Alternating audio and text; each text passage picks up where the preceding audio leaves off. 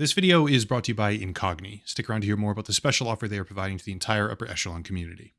How many people have ever tried to use a printer, but they couldn't actually print anything because it didn't have all the different color cartridges, or they weren't full? Specifically yellow, more so than other colors, is often seen as a nuisance while printing, even for black and white pages, because modern laser printers, practically all of them, refuse to print pages of any kind if you don't have yellow ink. The simplest explanation for that issue would be profit. Printers themselves are often sold at a loss. The real money comes from cartridge refills, and the idea that printers won't work without all of their color components above a certain level of ink is easily explained away by the greed of the company making it, or the fact that black is sometimes a combination of colors, which is even more simple. But far more interesting than the corporate desire to maximize profit, the real reason that modern laser printers are so temperamental, shall we say, when it comes to yellow ink in particular, is because they're tracking every single page that you make with imperceptible yellow dots.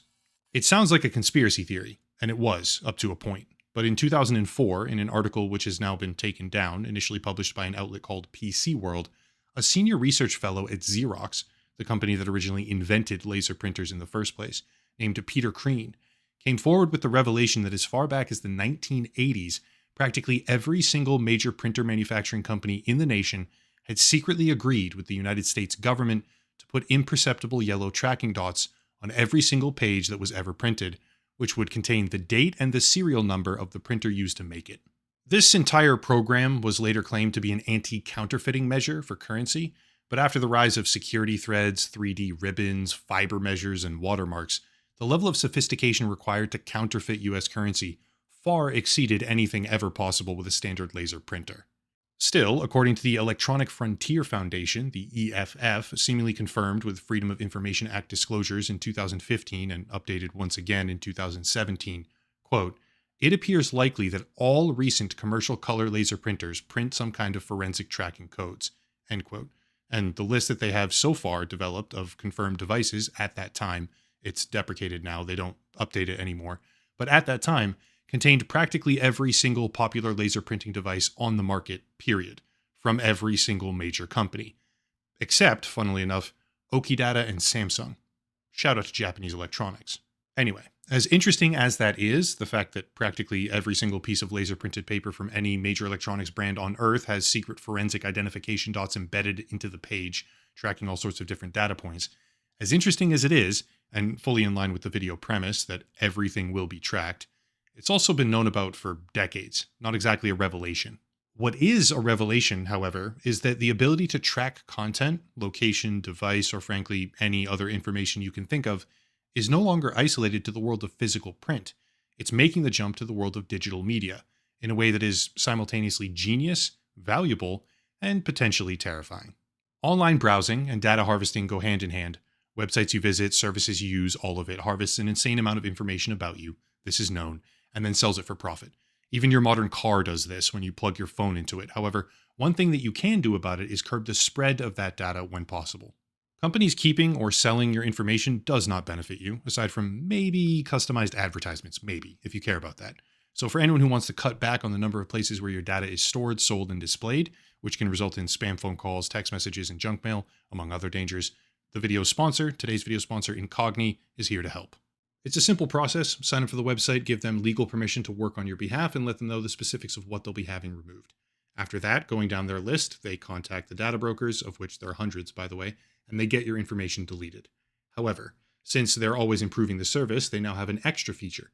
Everyone's probably Googled their name before, at one point or another, but if you find your information on a website where it should not be, you can submit the URL to Incogni, and they'll attempt to get that info taken down for you. This is a relatively new additional service that they provide, and while you can go through that process yourself, I honestly admire people who do so, contacting the legal departments for all these different companies and then fighting objections or getting them to actually take things down can be a nearly impossible task. Incogni now offers you the option of finding where your information is displayed and then submitting the link to them, which they then execute the process on and get the data removed. Using the link down below in the description of the video and code Echelon at checkout, you can get 60% off an annual subscription to Incogni. Again, link down below and promo code Echelon for 60% off your subscription. Big thank you to Incogni for sponsoring the channel. So, what am I talking about? What's the news here? Because the idea of tracking in a digital environment is already painfully obvious and widely known about. Yes, there's metadata in photos and videos and other digital files, but as of July 2025, researchers at Cornell University appear to have developed a method of watermarking light itself. Yes, you heard that correctly, and no, it doesn't appear to be an exaggeration. In a paper titled Noise Coded Illumination for Forensic and Photometric Video Analysis, Cornell researchers outline how video that is recorded in the presence of certain modified light sources, everything from computer screens to flashlights and other photographic lighting devices, even older and especially modern commercial lamps through a tiny computer chip, can be manipulated to provide coded fluctuations that serve as a sort of baseline validator for any video that gets recorded in the presence of that light source.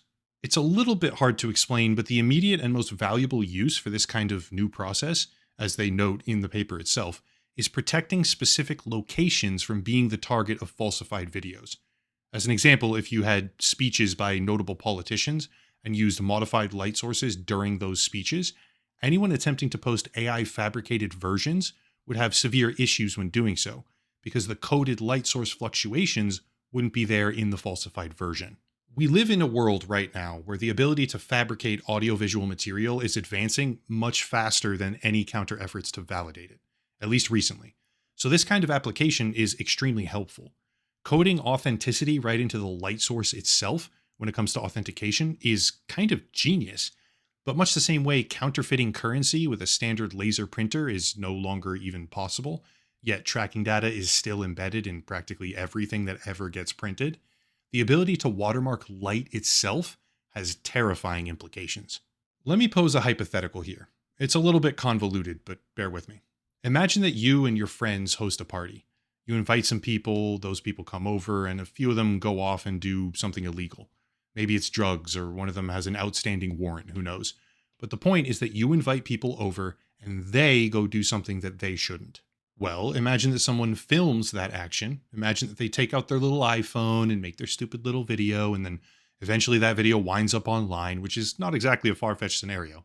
But now imagine that the lamps you have in your house are broadcasting a unique noise pattern, or a serial number, directly into any video that ever gets filmed there.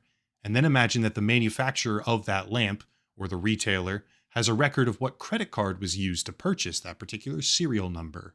Suddenly, this video, which could have theoretically resulted in problems for you already because someone did something illegal in your home, and perhaps law enforcement would go down the route of pursuing it in the first place with location data or something like that. But imagine that the process of pursuing a video suddenly included the capability to directly identify light sources, where they are, who purchased them, or anything else that they decide to or manage to encode in them. And then think about the implications of having it so that not just the device is tracking, not just the files have metadata, but the literal light sources in the world around us that we use in our daily lives have their own identifying metadata as well for anything that ever films them. This is all hypothetical, by the way, obviously, because what we see right now from Cornell University is more so the process of marking pixels to determine when edits to a video have been made, not track light sources or encoding information. They basically just encode a snapshot of what the unedited scene should look like as like an anti-tampering measure. But it's not that far of a leap to consider. In 2004, we learned that printing companies had been capable of coding secret data into physical pages for 20 years, and that technology is still used today to catch people. Regardless of individual politics, I'm only using this example because of what happened to catch the person, not because of the subject matter. Regardless of individual politics, in 2017, a woman named Reality Lee Winner leaked an NSA document to The Intercept. It is now widely believed that because The Intercept contacted the NSA prior to publication and provided them with scans of the document, which the whistleblower had printed for them, the tracking dots contained in those scans helped the NSA identify who it was. Of course, it's the NSA, so I'm not making the claim that they would have failed to find the leaker without those scans. But the concept of tracking dots on printed pages is a 40-plus-year-old concept now, which was originally claimed to be about counterfeiting currency or prevention of that. Except decades and decades later, all the printers still use it, and the data itself is then used for things well and truly beyond just counterfeiting prevention. Once again, using this particular example isn't about politics. The leaker in this case has to do with Trump and Russia and the 2016 election. You can be happy or sad that this person was caught. You can think of them as treasonous or a hero. I honestly don't care, okay? It's irrelevant. But using hidden information like that for the purpose of tracking everything that people do is a government principle at this point. What do we think they're going to do with the capability of tracking or embedding information in the lights? What do we think? Do we think it's going to be a nice, clean, simple usage that never creeps beyond the scope of what it was invented for and intended to be used for? Or do we have a brain? Because that's obviously not how it goes. Video, as a general concept, used to be the ultimate truth. Faking audio was possible, faking images was certainly possible, but faking video was like a whole lot more difficult.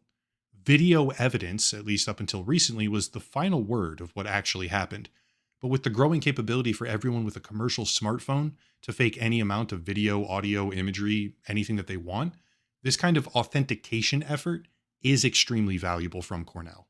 The scary part, though, is the false dichotomy that gets put forward perpetually by governing systems, framing the world in such a way where you can have liberty or safety, but not both. Right now, running parallel to something like this, the internet itself is under siege. Governing regulators are hell-bent on imposing ID scans and age checks and anything else that they can for the purpose of protecting the kids, which can and does have a basis in reality. But when has that basis ever been truly respected? This is a rabbit hole, but the escalating ability for anything and everything that we see online to be fake is shifting our subconscious mindset about the presumption of innocence. In the past, it was innocent until proven guilty, or more abstract, what I see is true unless you can prove it's fake.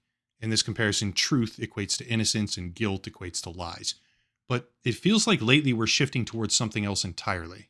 Instead of what I see is true, prove to me it isn't, we're developing a world where the baseline presumption is that everything is fake. Fake news if I don't like the story, fake documents if I don't like the premise, or fake video because why should I expect things to be real unless you can prove it to me? Admittedly, that's a strange mentality coming from me. At the end of every video, I literally say, question everything. But that's a very particular phrase because to question is not the same as default disbelief. Verifying for the sake of being thorough is not the same thing as a knee-jerk reaction that anything you ever disagree with must therefore be maliciously fake. But in a world where it might be, the impulse is unfortunately fully understandable. I can't say where the line actually is, what should or shouldn't be tracked for the sake of keeping people safe. But I can say that eventually, everything, everywhere will be. There's only one clear trend in play right now, and that is more surveillance, more data collection, and more tracking. Like I said earlier, I support the basic idea of having mechanisms for validation when generative AI is spiraling out of control like it is right now. But it's an interesting tug of war, and I find myself thinking that we, honestly, collectively, all of us, we, would be truly much better off if that tug of war game weren't even being played. Anyway, it's a bit of a different video, but lately I'm trying to avoid some of the current events type stuff because it feels sort of strange to just talk about whatever flavor of the week thing is dominating social media that everyone else has already weighed in on.